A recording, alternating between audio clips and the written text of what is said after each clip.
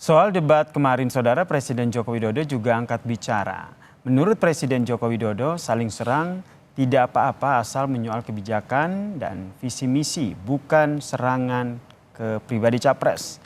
Presiden Joko Widodo menilai debat ketiga ini kurang menampilkan substansi dan visi dari para calon presiden.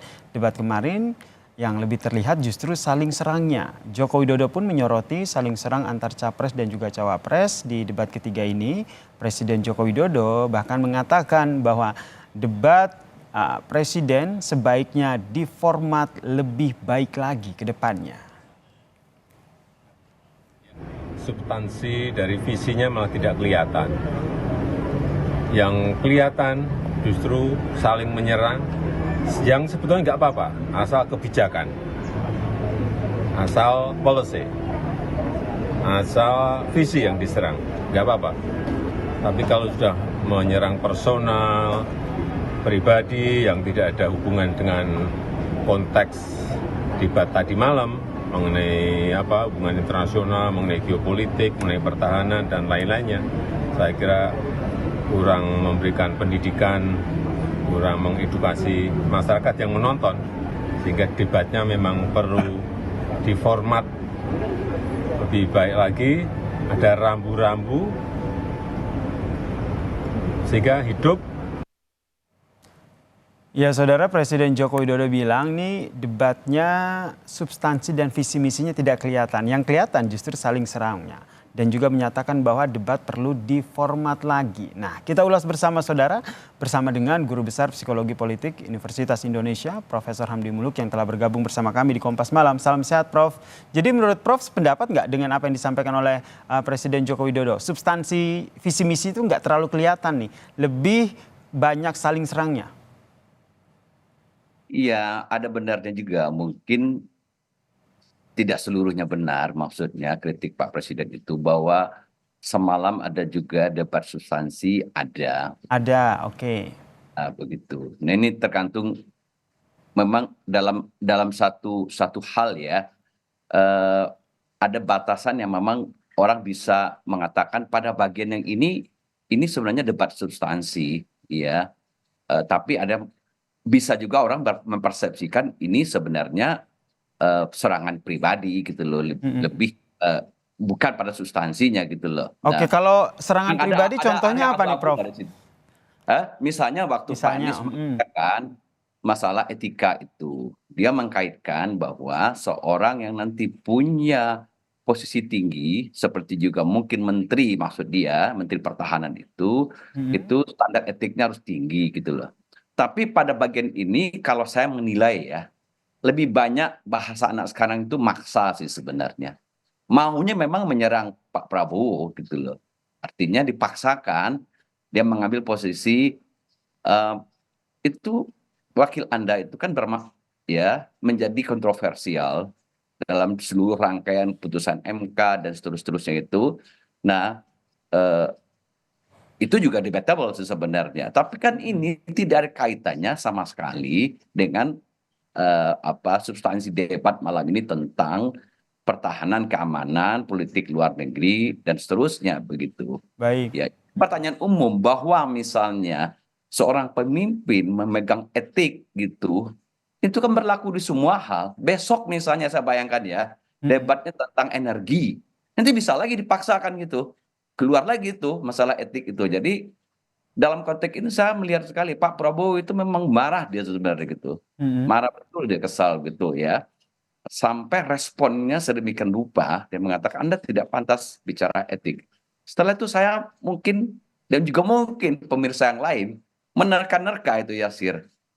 Misalnya, apakah ada dasar, misalnya Pak Prabowo mengatakan, Anda khotbah etik, Anda sendiri juga, tingkah laku Anda bisa juga dinilai sebagai hal yang belum unethical juga. Saya meraba-raba kemana, mungkin ya misalnya ya, apakah maksudnya flashback ke 2017 ketika ada kampanye ayat dan mayat gitu loh. Kan orang juga bisa mengatakan Anda nggak etis kampanye. Kira-kira mungkin begitu ya. Mungkin gitu ya. Jadi saya juga tidak tahu gitu loh. Nah, tapi bagi Pak Prabowo jelas sekali dia mengatakan Anda keluar dari topik gitu loh. Kalaupun nggak keluar, ya sedikit maksa lah. Ya kalau kita bicara etika itu kan umum ya, apapun tema debat nanti bisa dikaitkan lagi begitu. Oke, Prof. Tapi kalau kita lihat dari keseluruhan debat tadi seperti kata Anda memang ada bagian yang tidak terlihat substansi. Tapi kalau dipresentasikan begitu, ini komposisinya seperti apa di antara substansi, visi misi dan juga saling serang personal? Seingat saya sebenarnya soal serang menyerang personal itu yang paling dramatik itu mungkin diingat pemirsa juga, Hmm. momen satu sebenarnya pada waktu Pak Anies bilang eh, soal penguasaan lahan 35 berapa 35.000 hektar. 340.000 kalau tidak salah. 340.000 hektar kenapa tidak Mm-mm. dibuatkan saja buat rumah prajurit gitu loh. Ya kan begitu kan. Nah ini kan juga sebenarnya maksa ya bahwa orang ya dulu siapapun tidak hanya mungkin Pak Prabowo, berapa banyak orang yang punya penguasaan lahan puluhan ribu hektar untuk HPH ya biasanya itu kan HPA ya atau tambang dan seterusnya gitu loh. Nah pertanyaannya apa kaitannya dengan perumahan TNI? Kan dua hal yang berbeda begitu loh. Ya, jadi ini kayak debat kusir aja gitu loh. Jadi Mm-mm. maksudnya maksa sih sebenarnya. Ya walaupun kita paham bahwa politik adalah seni membuat delegitimasi terhadap lawan politik sekecil apapun kesempatan yang ada gitu loh. Ya, jadi tapi mungkin ini yang dikritik oleh Pak Jokowi juga. Itu Baik. Mm-mm. yang satu lagi yang tadi persoalan mengungkit lagi persoalan wakilnya Pak Gibran itu gitu loh. Jadi itu eh, di di luar Mm-mm. itu ya menurut saya sih masih on the track lah, masih On the bicara track ya, substansi visi misinya masih ada. Tapi kalau kita ya, lihat juga nih akhirnya bermuara pada Presiden Joko Widodo nih. Debat pertama, kedua tidak berkomentar, debat ketiga nih akhirnya berkomentar dan meminta agar format debat Pilpres ini diperbaiki. Nah sebelum dijawab itu, saya mau minta komentar dari Prof. Hamdi Muluk dulu nih sebagai psikologi politik. Kenapa akhirnya pada debat ketiga ini baru Presiden Joko Widodo berkomentar? eh, mungkin kalau kita lihat apa bentuknya lah ya. Mm-mm. Kalau yang pertama ya serangannya itu masih eh, belum setajam sekarang untuk menyasar personal begitulah dan Oke. juga reaksi Pak Prabowo juga nggak sepertinya nggak sempat semarah ini gitu loh. Mhm. Jadi kalau kita lihat itu kan memang ini betul-betul menimbulkan reaksi emosional personal yang lebih kuat gitu loh. Nah pada waktu debat pertama kan Prabowo-nya masih bisa senyum-senyum saya lihat itu diserang gitu. Mhm. Ya bahkan waktu diserang soal apa ya soal HAM ya dia masih bisa tenang gitu loh. Tapi mungkin saya nggak tahu ya em, apa dia kesal betul gitu kelihatan tuh dia kesal soal di dua titik itu saya lihat tadi Mhm. gitu. Sehingga akhirnya Presiden Joko Widodo juga melihat bahwa ini saling serang personalnya ini semakin mengerucut begitu, semakin terlihat ya. Jadi Ya itu yang atau jadi bisa pembicaraan juga publik ketimbang membahas soal visi misi dan juga adu gagasan pasca capres, apa pasca debat mungkin Pak begitu ya. Presiden ingin memberikan kesan saja apa pesan gitu loh Heeh. untuk ada dua debat lagi supaya kembali ke rel lah kira-kira begitu. Jadi KPU membuat rambu-rambu. Sungguh pun nanti bahwa Mhm. misalnya pertanyaan menyerang personal itu kan muncul ketika pertanyaan bebas ya, Betul. bukan panelis ya. Heeh. Ya, dari panelis kan substansi betul. Jadi pertanyaan bebas dari kandidat. Nah, itu harusnya KPU mau rambu-rambu. Walaupun ini pertanyaan bebas, koridornya tetap tema, substansi tema, visi misi, bukan misalnya dimanfaatkan untuk melihat celah menyerang orang secara kelemahan personal begitu. Oke. Ya mungkin kalau dicari-cari ya setiap orang ada aja kelemahan personalnya. Mhm. Nanti kita manfaatkan, kita bungkus dengan topik gitu kan. Tapi Mhm. menurut saya setuju ini tidak terlalu elegan lah. Kalau kita mau maksudnya debat ini adalah kritik kebijakan, ya kebijakannya yang kita kritik gitu. Jangan mengkritik personal begitu ya.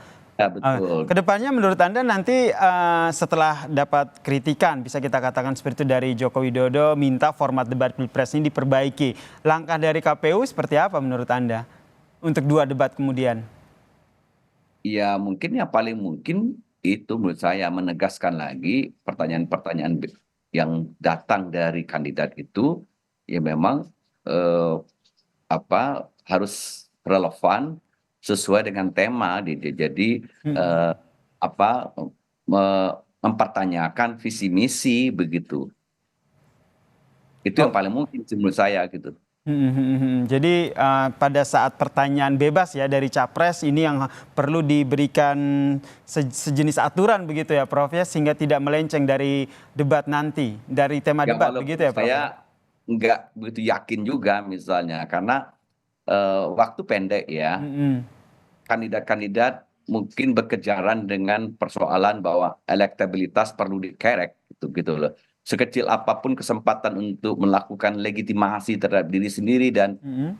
legitimasi terhadap lawan itu akan dilakukan begitu. Karena waktu sudah semakin pendek menjelang 14 Februari gitu. Oke, jadi saling serang pribadi maupun substansi juga masih akan mewarnai ya debat ketiga dan dua debat terakhir nanti ya Prof ya. Terima kasih Guru Besar Psikologi Politik Universitas Indonesia Profesor Hamdi Muluk telah bergabung bersama kami di Kompas Malam. Salam sehat Prof.